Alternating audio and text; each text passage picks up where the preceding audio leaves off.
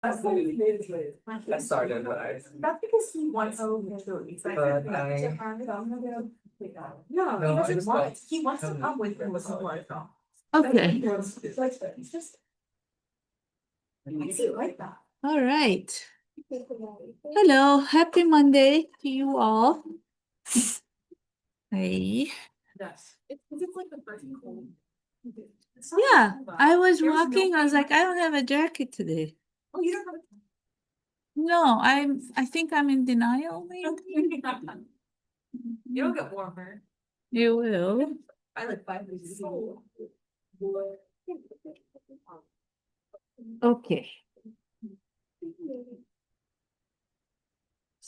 10, 11, missing few people. Okay, we'll get started though. We didn't get to talk about the quiz. How did you guys find the quiz that you did? Easier, harder than the example? Pretty much the same. Pretty much the same? Okay. All right, that's good. So let's just have a little bit of recap then um before going in. Just now that you studied for the quiz, this should be easy. What are some examples of absorption chromatography? Yeah. Ionic exchange is one type. What else did you? Hydrophobic. Hydrophobic interaction chromatography. Very good. Hydrophilic can be both. It could be partition, it could be absorption, depending on the stationary phase. But there's one more. Yes. Very good, very good. All right. So what molecular interactions between solute and stationary phase are involved in size exclusion? None. It's physical, it's based on size, there's no chemical interactions. Ion exchange? Ion, electrostatic, ionic, yeah. And then hydrophobic interaction chromatography? Hydrophobic interaction chromatography? Hydrophobic. And then affinity chromatography. Anything, it could be anything except covalent, right? So it could be hydrogen bonding, hydrophobic, van der Waals, ionic, but it's non-covalent.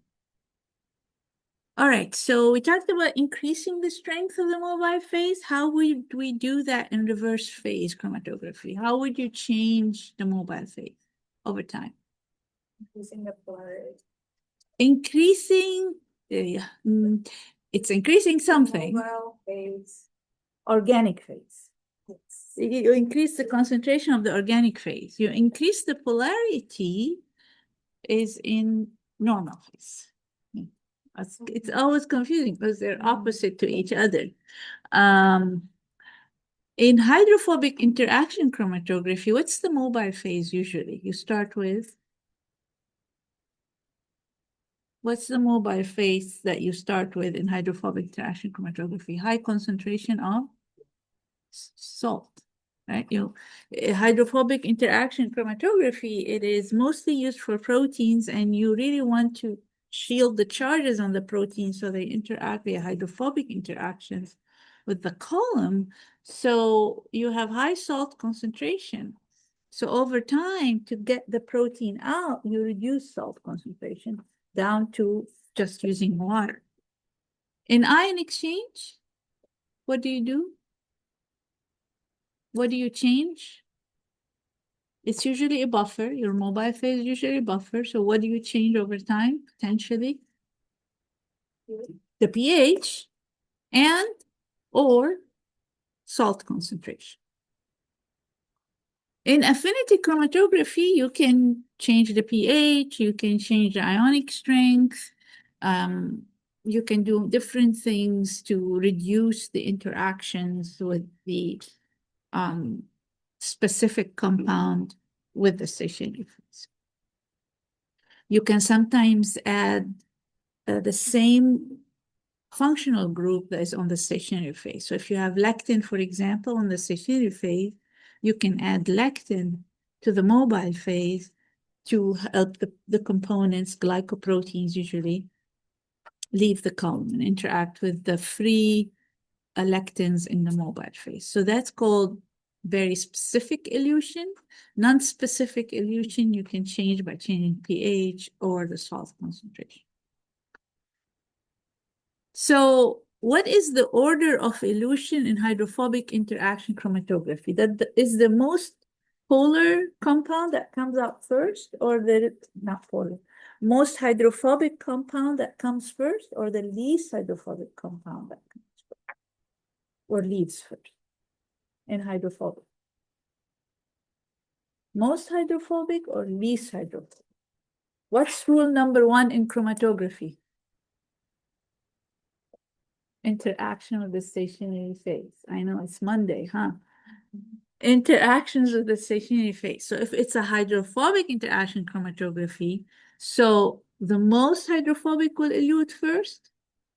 No. I'm trying to trick you on a Monday, which is very unfair. The least hydrophobic will come out first, and the most hydrophobic will interact the most. In ion exchange, with the least, with the compound with the least, we call it valence electrons or valence or charge on the surface, will come out first, or the one that carries the most charge will come out first? The least. So the more charges you have, depending if it's anion exchange or cation exchange, the more interaction you have with the compound. In affinity chromatography, for example, it's not a question. Size exclusion. What comes out first, the smallest or the largest molecule? The biggest. Yeah, because the biggest molecules will not be able to access all the pores in your particles. It will be too big to access all possible pores, so we'll leave out first. The smallest will access all pores, all the sizes of the pores, and will be delayed. Okay, very good. These again, when you study for the exam, you must study and then try to see if you can answer those questions, okay? What would be your definition of peak resolution? What does resolution stands for? If you just want to literally define it. Resolute. Well, resolution could be reaching an agreement, but in case of chromatography, how did you Golden define chromatography the first time? What did you tell me? Chromatography in one word. Separation. Separate. So resolution is really separating two peaks, or two peaks corresponding to two compounds, or three peaks corresponding to three compounds, or whatever. So resolution is really achieving that separation. Without separation, we cannot detect, identify, or quantify accurately. Okay. What is your first step in developing a separation between solute and of interest and your sample? If you're a researcher, what would be the first thing you do?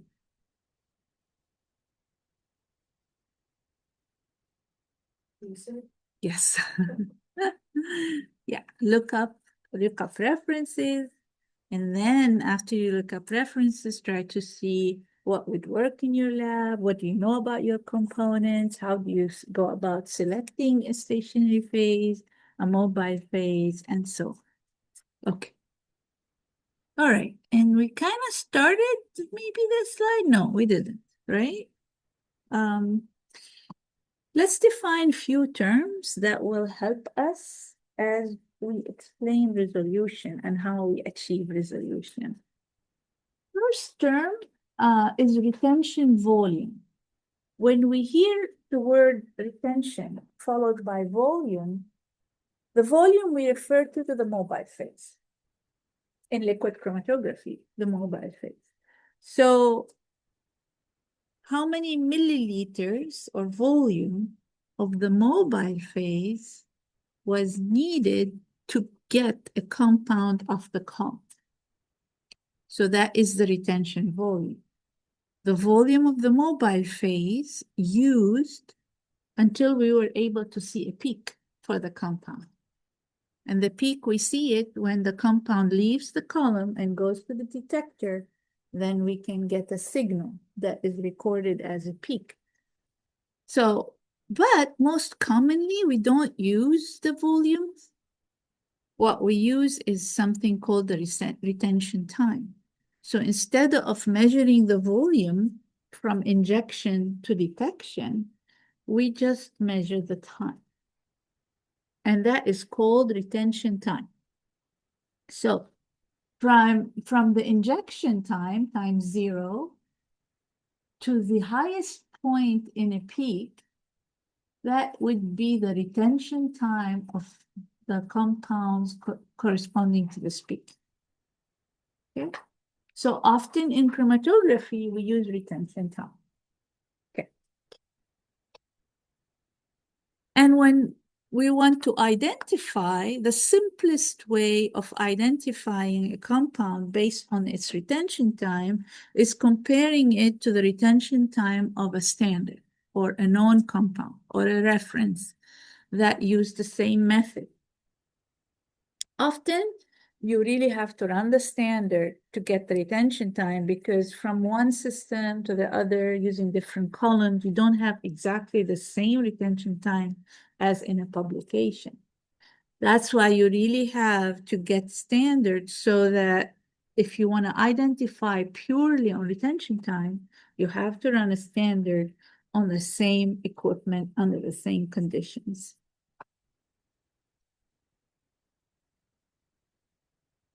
Okay, so very common in chromatography, if we are trying to separate compounds that are very closely related in structure. So they have very similar chemical, physical characteristics. They don't separate. So in one peak might not be a pure peak of two compounds. Very often we do a second dimension chromatography or even a third dimension chromatography. We separate the first time, collect the peak, and then inject on another column with different characteristics. For example, in proteins, we do that a lot because some proteins have similar molecular weight but different charge on the surface. So we use size exclusion chromatography followed by ion exchange. This is very common. Okay, so the aim here to get separation, that's why we try to use 2 dimensions and second dimension, third dimension. So often we calculate something called adjusted retention time. Some of you did the HPLC lab already, and Bressa talked to you about this little peak here that we call it solvent front. What does that mean? So when you have a detector, and then when you start the injection, the time it takes the mobile phase from the time of injection to reach the detector, you get a response. And we call it a solvent peak. Even in GC, you talked about solvent peak with VT. So that solvent peak could be something you use to correct for the retention times.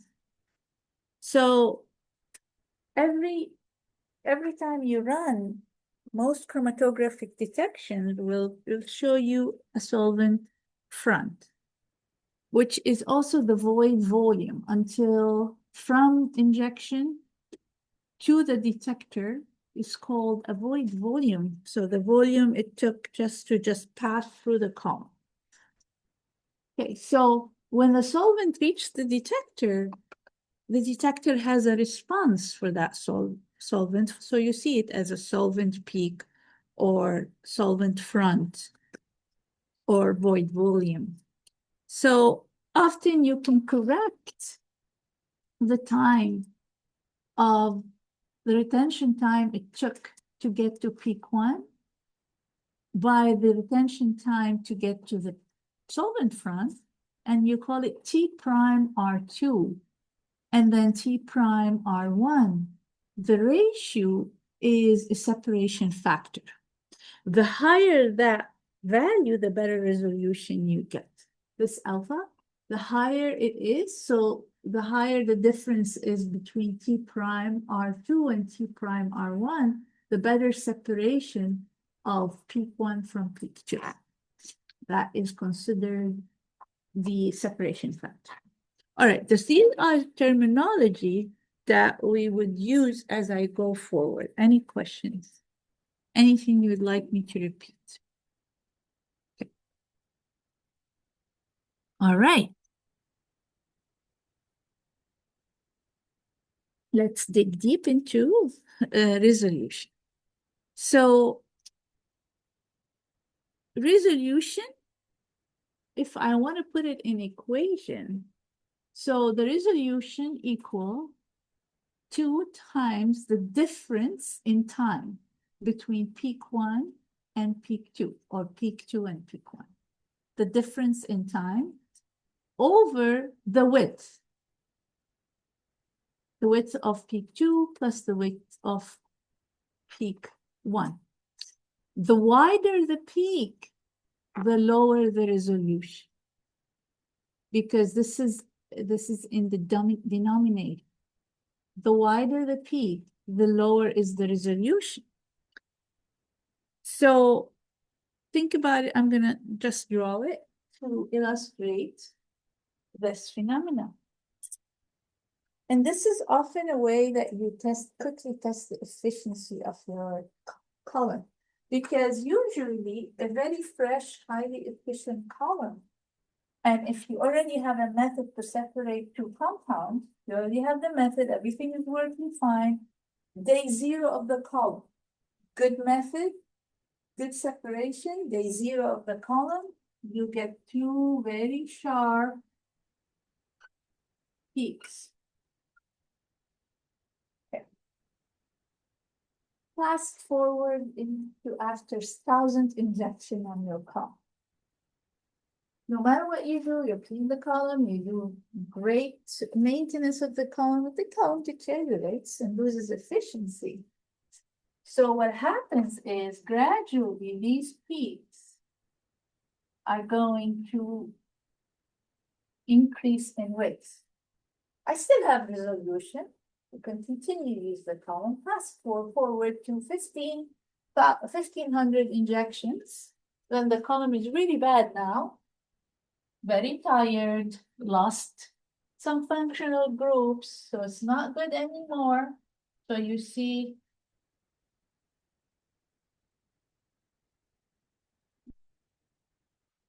you lose separation and the width becomes bigger. So best resolution, okay resolution, bad resolution. So as the peak increases in width, you lose resolution. And then the difference between the retention time of both peaks becomes smaller. Smaller. There's less time. And I'll talk more about why would the time become less. You lose capacity. I'll talk about that later. And you lose efficiency. So the peak widens. So in terms, if I want to define resolution in terms of efficiency, in terms of capacity, and in terms of separation, specificity. So let me, okay. Efficiency, A is for efficiency, B for selectivity or specificity, and then C is for capacity. So the resolution is dependent on efficiency, selectivity, capacity. All right. And I'll describe each term. And then everything will make sense in a little bit. Why does it widen? What happens that actually the area or the width widens? Why? I'll explain that when I start talking about efficiency. But what I want you to know right now is when the peak widens, you lose separation. Simple. Okay. You have sharp peaks, they widen some more, you lose resolution. And that explains the first term. Yes. Yeah. Okay. Efficiency, selectivity, capacity. And I will explain each one of them separately. They will all fall into place, I promise. But now I want you just to know that as the peak widens, we lose resolution. Okay? Questions? Okay. All right. Let's talk about efficiency. Have you heard of the term number of theoretical plates? Anybody? No one heard of it? Did you hear of it? Just checking if the TAs have heard of it. Okay. Very good. We'll start from the very beginning. So you want to imagine, they're called theoretical because they are imaginary. What does that mean?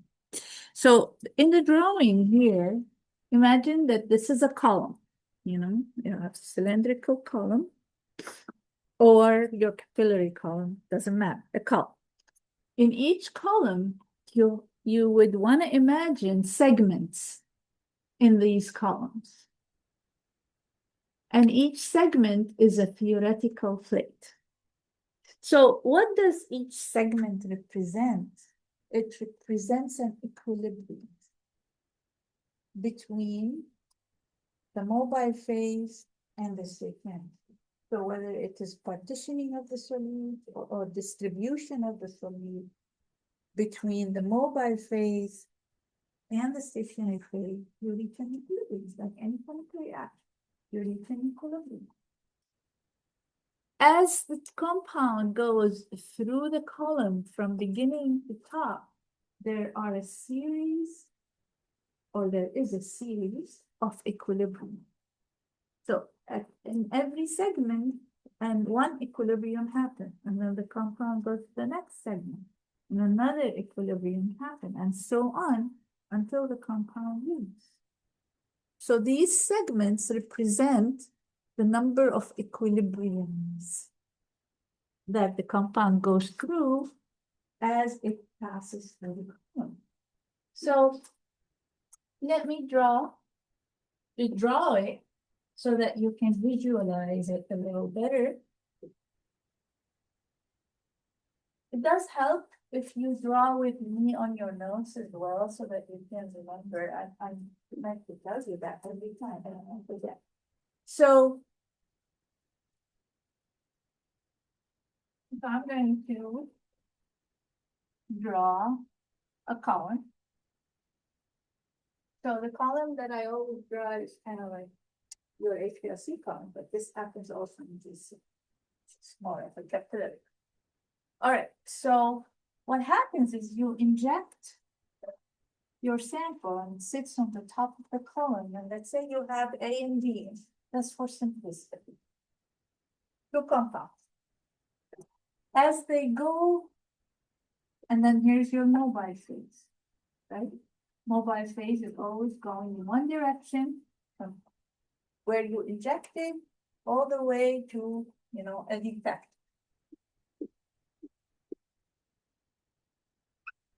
So A and B are mixed together and they need to separate now. As they go down the column, based on the differences in the chemical characteristics of these compounds, they will have different equilibriums going down, right? So you have a movement, diffusion, and then you have in and out movement. This is more important because this is going to drive it down. This is going to drive the compound down more efficiently. And then you have separation, A, E. Going down, in and out, down, in and out, until you reach the detector. So what happens is you have diffusion. So your band that is very straight line will become wider. So your compound is going to diffuse within the column. It's not going to move tightly in and out, in and out, in and out. It's going to diffuse, move in and out, diffuse, move in and out, reach equilibrium, and so on. So this, instead of showing as a single line in your detector, it will always show as a peak because it diffused. You have some sample here, you have sample here, so it diffused. So that's why this is time. Let's say this is absorption. Absorption is the detector UV absorption, and then time. And you relate the absorption to concentration. So at every time a little bit of it reaches the detector, it gives a signal, signal, signal. The middle point is the highest concentration, and then as it leaves the column, concentration decreases, absorbance decrease until no more. So that's why you have a peak, because it's never moving just down. It's diffusing in and out, spreading within the column. Now, when the column goes bad, it starts spreading more within the column. Rather, so, you know, you lose particles, you have more space, so you get more diffusion. So what happens is instead of traveling tightly, it expands. And then you have a wider peak because it diffused. And now over a wider time, you're going to see the same molecule coming because now it's diffused. So the peak broadens. Okay. This happens as a result of loss in efficiency, loss in capacity as well. So now, when your equilibrium takes much more time to reach an equilibrium than your good column that has, let's say, 1, 2, 3, 4, 5, n equals 5, 5 numbers of theoretical plate, that's at the start of a good column. Then when the column gets bad, loses efficiency, now you have 1, 2, 3. So it takes that much time to reach equilibrium, and then you get more diffusion and you get that broader peak. So that's the illustration here. You start with a certain number of theoretical plate, and over time, your equilibrium takes longer and your compounds spread within the column. And then your peak goes from very narrow, nice peak to a broad. All right. You want me to repeat them? I have a quick question. Is that movement like driven by the reaction, the non-covalent reactions between the compounds, or the kind of something? So there are multiple things happening. There is just physical movement and diffusion. Because when you pack your column, you have particles. There's always space, and each particle has a port. So then you have compounds that goes in and diffuse, and there are compounds that goes in, diffuse, and interact with the column. Yeah. So there's always movement in many parts. Good. And okay. So over time, the number of theoretical plates will decrease, because if we look at the equation, it's retention time over the sigma, which is really, it's the width. It's a factor for the width of the peak. So the width of the peak will increase, then n will decrease, because in the denominator, you have the width of the peak, okay? So as the peak width increase, the theoretical number of theoretical plate will decrease. So exactly what I've talked about here, but in an equation format. Now, one important thing I want to say, which is in red here, since it's theoretical, it's not a physical separation. It's not like physical segments. These are series of equilibrium. So that's why it varies with the type of fluid, because every compound will interact differently with the column, reach equilibrium differently than the other. So there is a different number of theoretical plates for the different types of compounds we separate. Okay, that's why it's in there. And that's why if you're an analyst and you want to determine the efficiency of your column, let's say you're analyzing caffeine, you can determine the number of theoretical plates of caffeine at the beginning of the life of the column.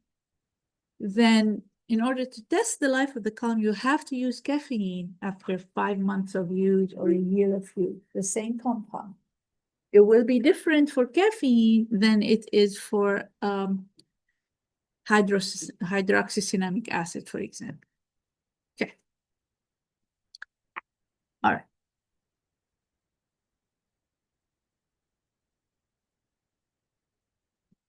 So what happens is you have different column sizes that you work with in liquid chromatography. Your column might be this long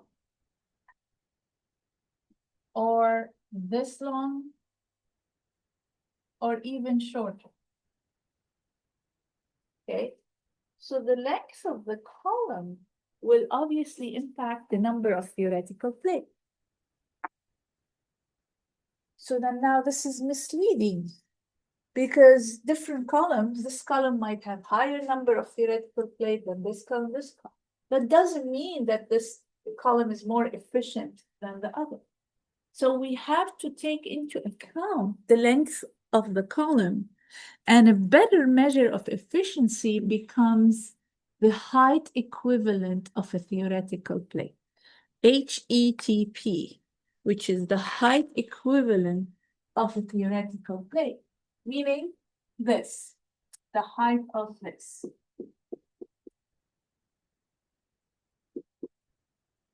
So instead of the entire N for the entire column, then what becomes important is this. So height equivalent of theoretical plate, and here in this case, after deterioration, it increased. The column remained the same length, so I don't want to care about the column or the number of theoretical plate based on the column. I want to adjust regardless of the length of the column. So the height equivalent of theoretical plate is the length of the column divided by n, number of theoretical. This would be the term I would use for efficiency. I know Gary talked a little bit about the height equivalent of theoretical plate, but here's the theory behind it. Okay, so this height equivalent of a theoretical plate is impacted by components within an equation called Van Demeter equation. This has 3 components: A for Eddy's diffusion, B for longitudinal diffusion that we talked about, diffusing through the column, and C, mass transfer. The concentration of the components that goes in the column and get delayed. due to pore size or void within the particles. Okay, so let me talk a little bit about eddy's diffusion. So let's envision it as a river. Your mobile phase is a river. And going through the river stream, and you have rocks in the river stream. And these rocks in the column are your particle, your stationary phase particle. If you have big rocks versus small rocks, let's imagine big rocks, a very big rock and a small rock, and this is your stream coming in, your mobile phase. So when it hits a big rock, what's going to happen? It's going to go into many routes. We call this eddy's diffusion. We create the molecule or the compound within your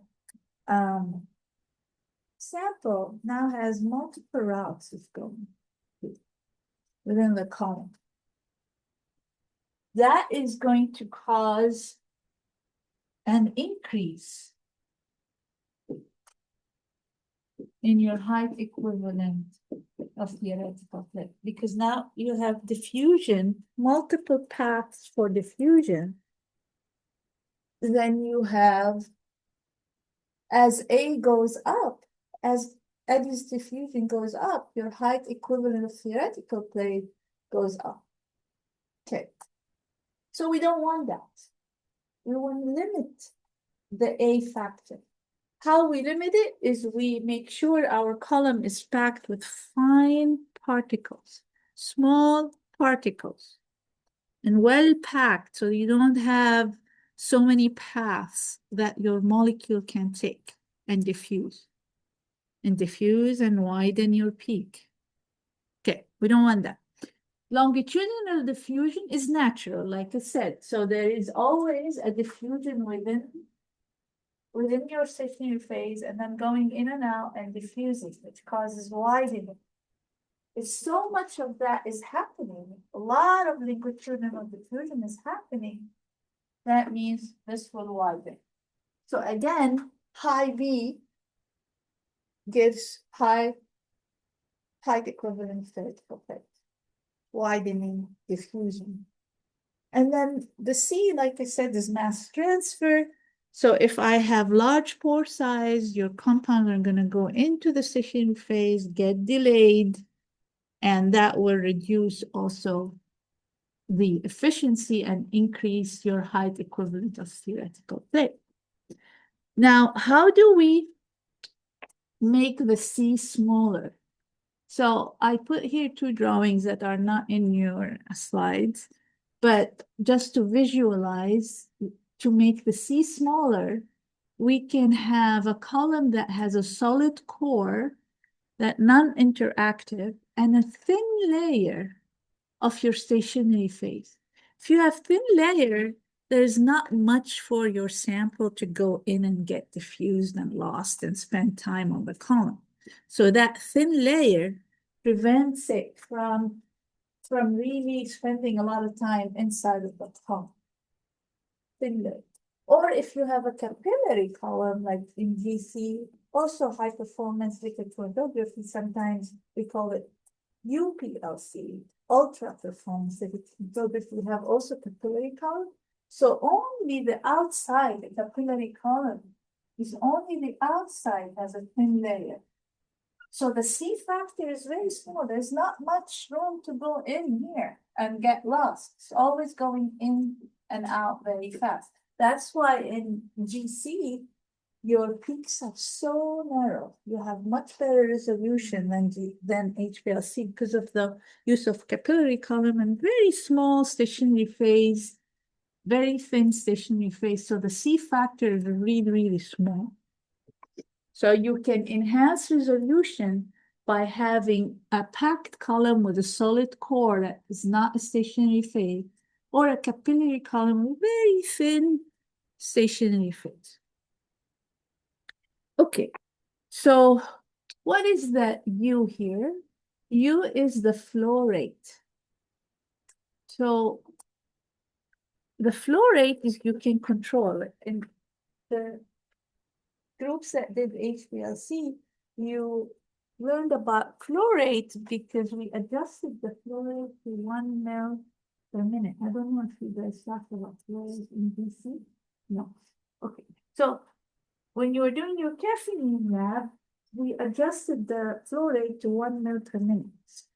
You can make your flow rate higher or lower, 0.5 mil per minute, lower, or 1.2 mil per minute, higher. So if you increase the flow rate, see, it's in the denominator. You have opposite relationship. It's right there.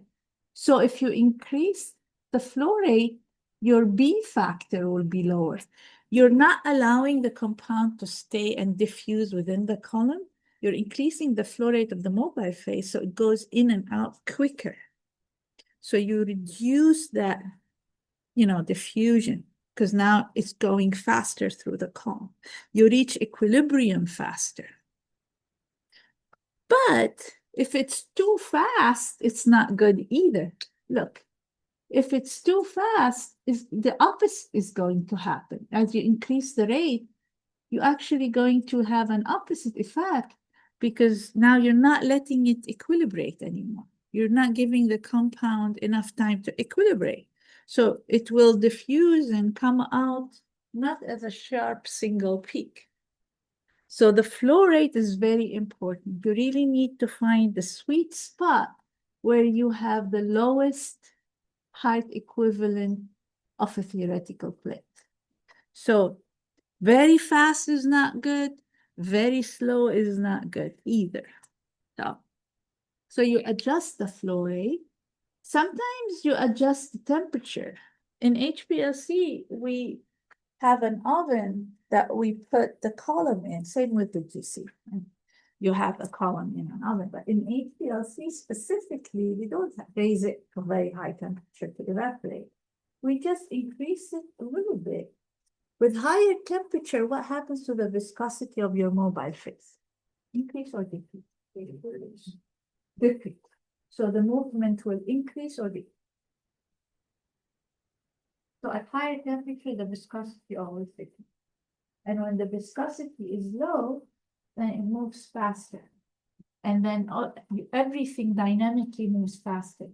Compound will move faster and will reach equilibrium faster.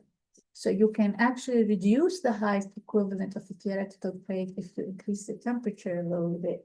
To kind of like induce some thermodynamics and movement, reduce the viscosity, help reach equilibrium faster, keep that peak tighter, and prevent it from diffusing. All right, so all of this is recorded. You can answer questions. But it is, I know it's a lot, but it will come together if you listen to it one more time. Okay. Now this is simple selectivity. You can control selectivity by choosing your stationary phase and also choosing your mobile phase. So, when you choose a specific stationary phase that is selective to the different compounds, then any small difference in their chemical structure will help them separate because your stationary phase is now selective, specific. And then when you increase the strength of the mobile phase, what you're doing is you're enhancing the selectivity. So changing how these two compounds interact with the column. So this is something that you can always work on and enhance. So if you start with a stationary phase and a mobile phase that gives you this, not very separated, then you can adjust the concentration of the mobile phase at the beginning and then change as you go to enhance this selectivity component. Very simple term compared to efficiency. So this you can really adjust based on the choice of the stationary phase, the choice of the initial mobile phase, and the change in the mobile phase over time. This is actually a very powerful tool in separation that has much higher impact than the number of theoretical play. So if you look at the resolution equation, so the impact of the theoretical play is quadratically related to efficiency, 1/4, whereas selectivity is, the ratio is 1. Okay. So that's why good selectivity, if you know what you're doing and you know what stationary phase to select and how you adjust your mobile phase, you'll get good separation. The last one here is capacity. The column deteriorates over time by losing functional groups. They kind of just, you lose, strip off functional groups, or some particles of the stationary phase will be lost over time. You lost the cohesion of the stationary phase. So what happens is the compounds interact less with the column because you lost functional group, you lost some particles. So let's say this compound A, it took 10 minutes to elute. When you lose capacity, it might take 7 minutes to elute. So it will come sooner. And if it comes sooner, it's going to co-elute with another compound. So if a compound B comes out at 5 and compound A comes out in 10 minutes, but you lose selectivity, so you lose capacity, sorry, A will come out sooner with B, and then you lose the resolution. And that happens with age. Definitely you're going to strip off some particles and functional groups with a lot of use of the column. All right, so this sums up the factors that impact resolution. The next step, which I will cover on Wednesday, is qualitative and quantitative analysis. Okay, so I'll cover that on Wednesday. I made a change in the schedule, a small change. I pushed mass spectrometry to next week. So this week I'll continue with you, finish chromatography and HPLC, and next week we'll start spectroscopy, and Gary will come for MS. Okay, that I made slight change so that I finished the topic. Okay. Well, have a good rest of your day. I'll see you Wednesday.